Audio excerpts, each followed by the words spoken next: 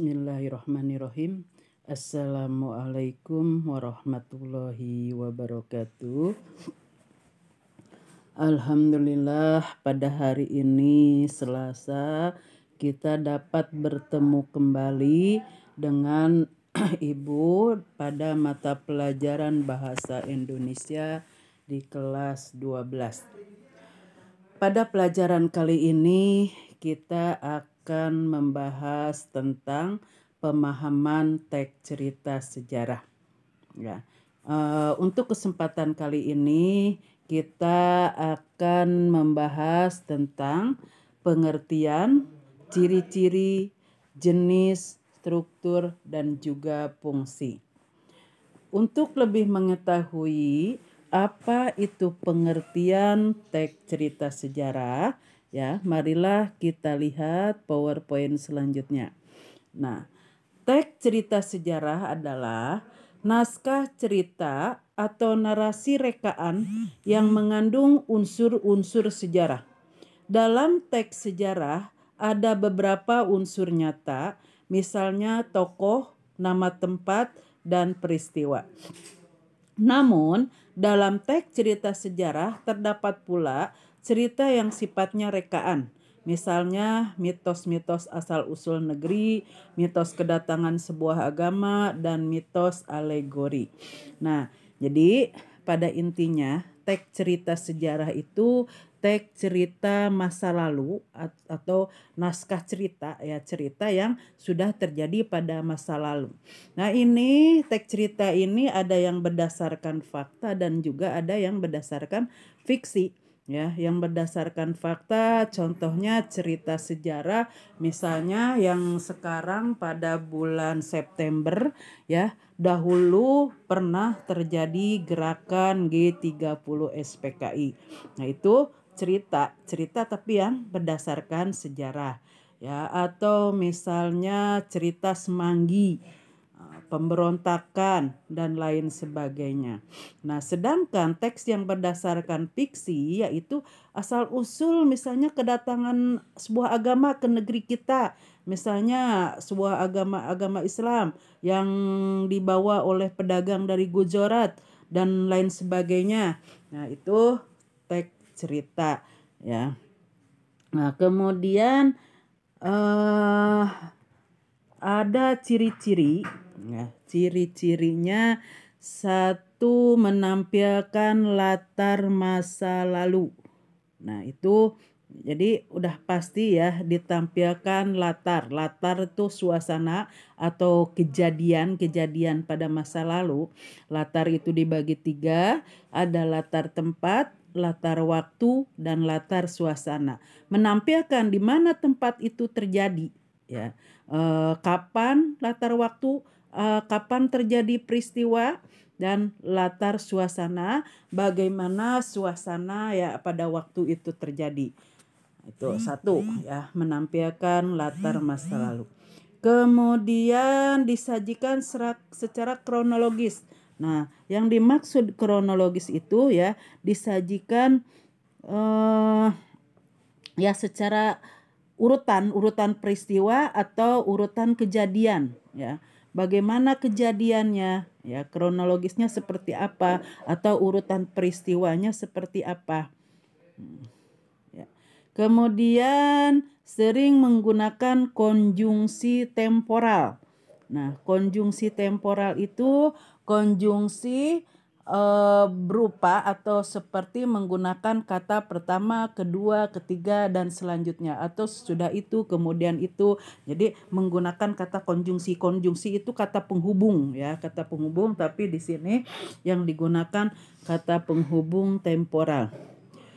Kemudian isi berupa fakta atau fiksi. Nah, seperti tadi yang sudah dijelaskan, isi dari teks cerita sejarah itu ada yang berupa fakta dan juga fiksi.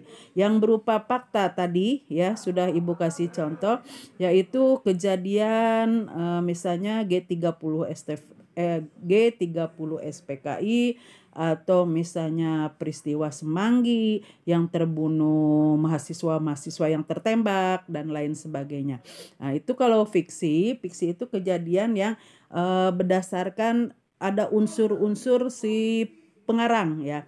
Ya mungkin saja pernah terjadi seperti itu, tetapi ada unsur pengarang atau ada tercampur daya hayal si pengarang.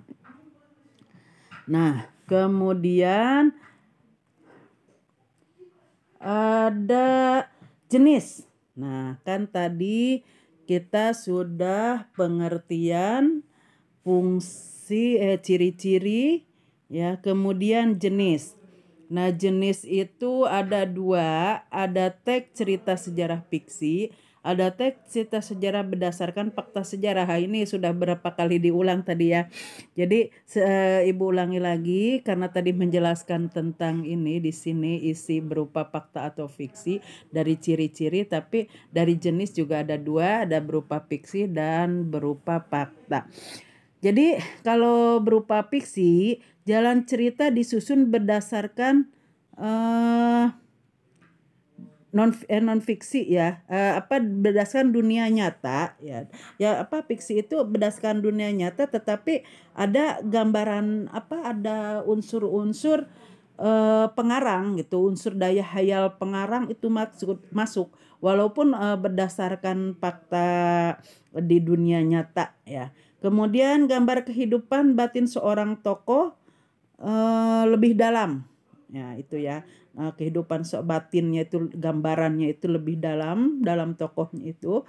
Kemudian pengembangan karakter tokoh sepenuhnya terungkap.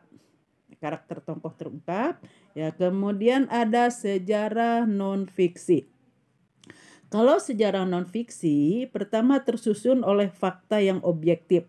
Nah, objektif itu suatu yang benar-benar terjadi ya, telah terjadi dan memang ada bukti. Nah, ini yang dinamakan cerita sejarah berdasarkan fakta sejarah itu ya, sudah terjadi, benar-benar terjadi dan memang ada bukti-bukti yang menunjukkan adanya sejarah tersebut.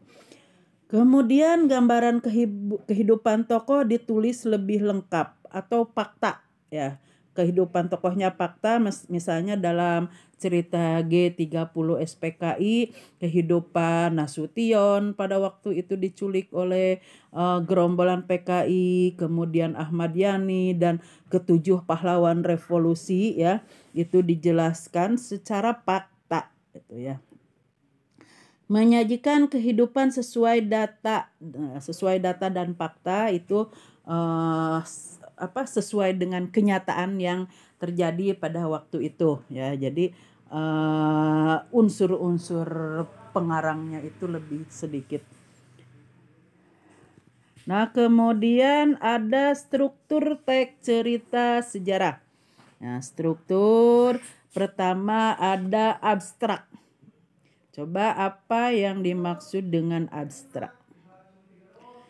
Jadi abstrak itu ringkasan atau isi cerita. Ya. Ringkasannya, ya, ringkasan isi dari cerita itu. Kemudian orientasi. Orientasi yaitu struktur yang berisi pengalaman, latar cerita yang berkaitan. Ya, itu. Jadi pengalaman latar ceritanya yang saling berkaitan antara waktu, ruang, dan suasana, kejadian peristiwa dalam cerita. Jadi saling berkaitan orientasi itu ya. Kemudian ada komplikasi ya. Komplikasi yaitu urutan kejadian yang dihubungkan dengan sebab akibat. Apa sebabnya dan apa akibatnya. Itu komplikasi. Kemudian ada klimaks. Klimaks yaitu konflik yang terjadi diarahkan pada pemecahannya sehingga mulai tampak penyelesaiannya. Ya, konflik yang terjadi pada pemecahannya kemudian dimulai tampak penyelesaian. Nah, di sini ya. Kemudian ada koda. Ya. Koda itu nilai-nilai yang dapat diambil oleh pembaca dari sebuah teks. Nah, itu koda ya. Itu koda. Jadi itu unsur cerita sejarah. Kemudian ya untuk fungsi nanti mungkin kita jelaskan di pelajaran kedua ya. Nah, pada pelajaran kali ini kita tadi sudah mengenai apa itu pengertian, ciri-ciri, ya, kemudian jenis, struktur dan juga fungsi. Sampai di sini mungkin ada yang ditanyakan? Kalau tidak ada, silahkan, tidak apa-apa. Mungkin sekian dulu dari Ibu. Wabillahi taufiq wal hidayah. Assalamualaikum warahmatullahi wabarakatuh.